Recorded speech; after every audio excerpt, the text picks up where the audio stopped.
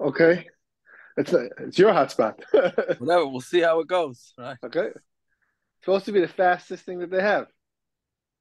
Who's right. chasing it tonight? Braun, Anacle of Braf. Mazel tov.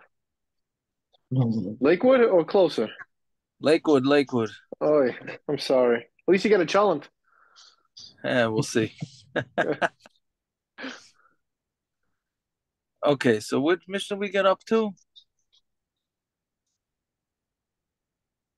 Yeah, Mishnah Perek Gimel, Mishnah Zion. Perek Gimel, Mishnah Zion. What we're up to. Yeah, so now because we started discussing minimum fields, so then Mamela, the Mishnah, so the rest of the Perek discuss different different shiurim for fields or leftovers from fields. So so we know that there's somebody called a shchimera, which is somebody who's never dying. So he gives away. He doesn't. You have all the estate planning, so He doesn't want all his belongings going to regular standard Yerusha. So he gives it all out before he dies. So, but the question is, what happens if he gets better? So then, does it all go back? Does it all go back to him, or do people get to keep it? Right. First of all, a shchiv meirah, there's a special din that you don't have to make a kinyan. Normally, in order for anything to transfer, you have to make a kinyan. But a shchiv meirah is not like that. A shchiv meirah, it's even there. The people are kind even without a kinyan. The only thing is, what happens if he gets better? So that depends on if he left anything over from what he gave out. So Shir karka kol shehu, if he left over even the smallest amount of karka, which is again how we got into this subject, because Peah was talking about karka. So the matana se matana, then it means his matana is a real matana, right? Why? Because why did he? If he thought he's dying, why is he saving some of the field for himself? Right?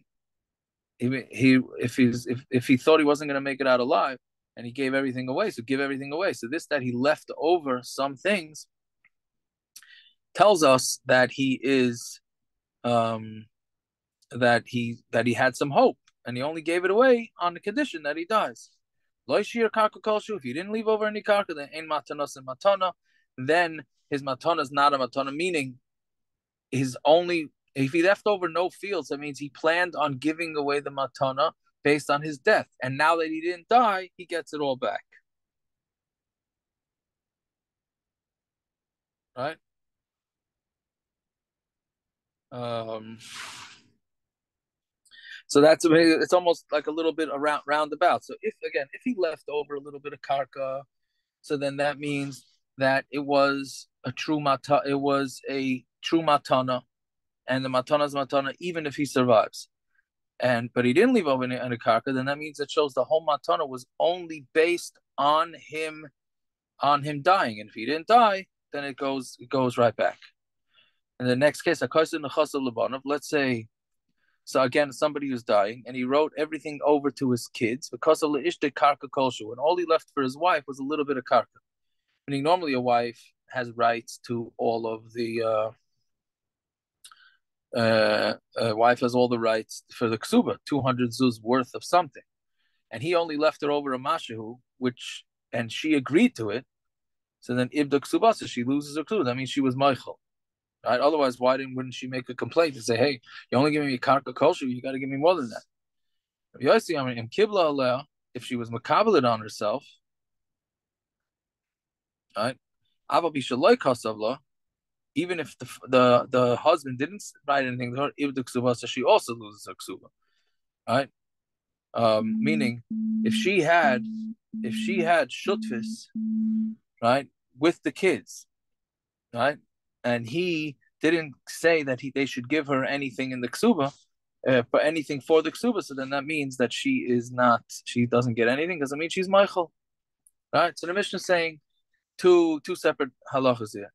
One is that a shchiv meirah leaves over a little bit of land and he doesn't give it out, means that it was a unconditional present, and the guys don't get to and the guys keep it, even if he stays alive. If he didn't leave over any land, then it means it was conditional, based on him dying, and that means if he's alive, then a matana is not a matana. And then if he gives over land to the, if he gives over land to to his kids when he's alive, and he only left over a little bit for the wife, and the wife didn't make a complaint, then she loses her ksuba, and that's all she gets is that little bit of land. The same thing if they had a partnership with the wife and the kids. Let's do one more in case we don't do tomorrow. Mishna ches. If somebody writes all his belongings over to his eved, then yotze ben chayrin. Then he goes out free. Meaning, an eved is part of his belongings, right? So if he gave over to his eved, he gave all his belongings to his eved. That means he also gave over the eved to himself, and then the eved goes out free. Shir karka kol shehu. But if he left over even a little bit of karka that he didn't give to his eved, then lo yotze ben chayrin, then his eved does not go free, right? Because he wasn't giving everything away. So if he wasn't giving everything away, that means he wasn't giving the eved to himself either. Meaning, by him excluding some of his field, even the smallest amount, that means he's also excluding the eved. Reb Shimon, ben Reb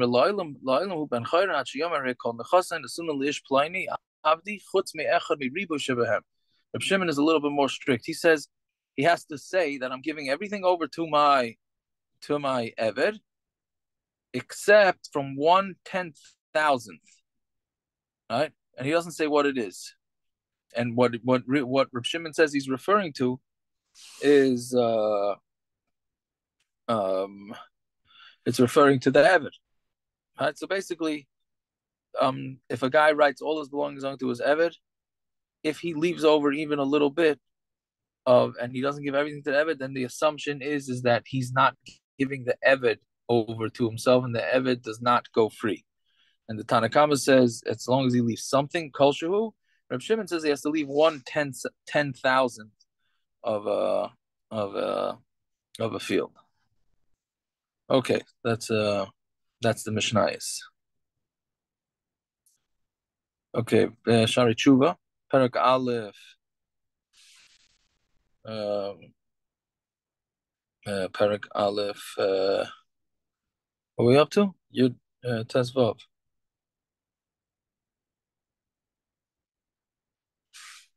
Yeah, Ha'ikr Ha'hei is Hadaiga, right?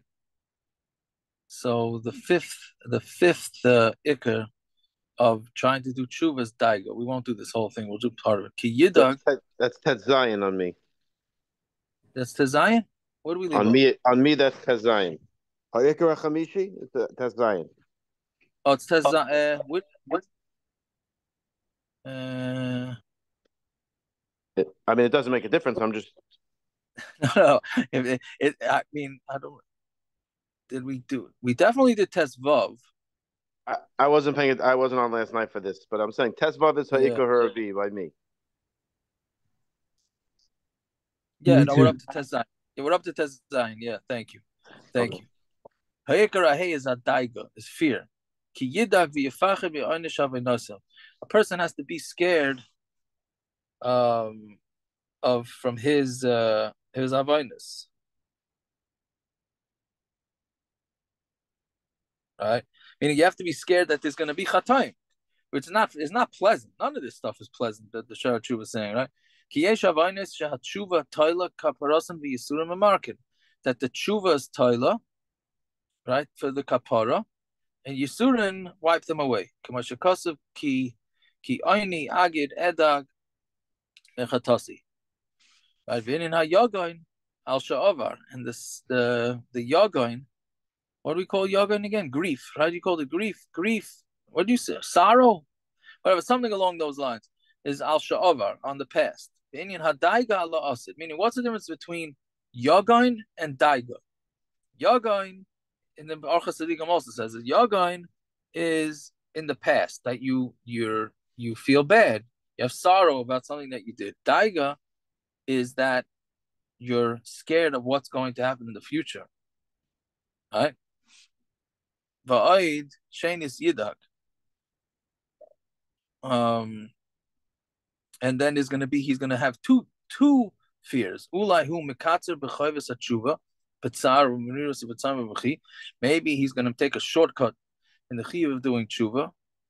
V'gam ki harbe tzar v'harbe bacha yizachel v'yira ulai le'umazeh harbe ashma. Right? Because he's going to see, and if he's going to, meaning, and maybe even if he does a lot of pain and he has a lot of crying, he should still be scared, right? Because maybe that's why he had all that pain and all that crying, because of how bad a person he was.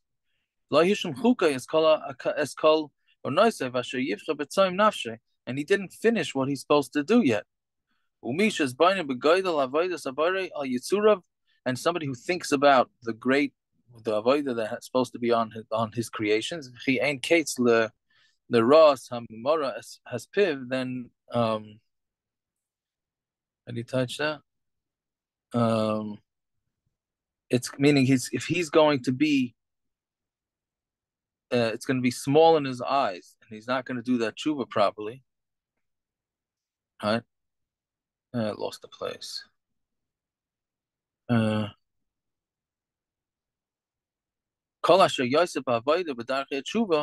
Anything that he's meisif in the ways of tshuva, and is not, and it's not a small amount, right?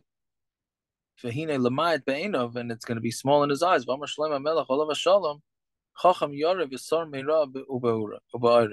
And a chacham is fearful, and he stays away from bad, right? So what does this mean? Even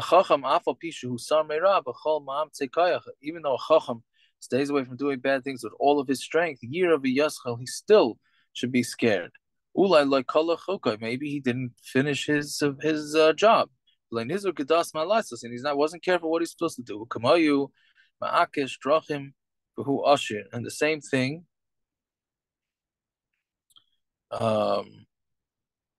That you have the pasuk says ma'akesh drachim v'hu asher. You have somebody that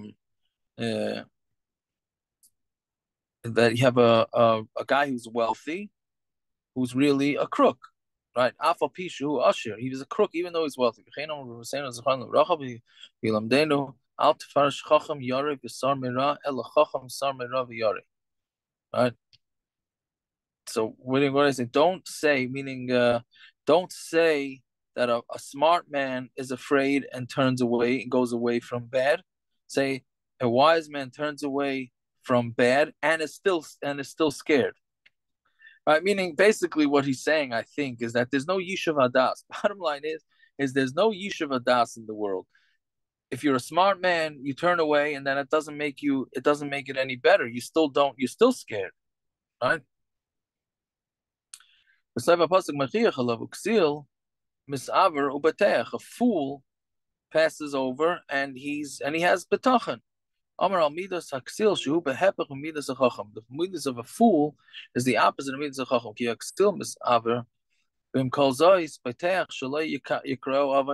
A fool is over on Averis, and he doesn't think anything's going to happen to him. And somebody who gets really angry ends up doing Peshoim, right? And then he'll have damages from it. Shenemar, Ubal Chema Rav Pesha. Somebody who has a lot of anger is going to have a lot of Pshia. And Nemar, Ir Prutza Ein Chayma Ish Asher Ein Ma'atzah L'Ruchai. Like it's like a city that's open, doesn't have walls, is somebody who doesn't stop his anger, doesn't control his anger. So somebody like that is always going to end up being over on many Averis. Okay, we'll stop over there with the Teshuva.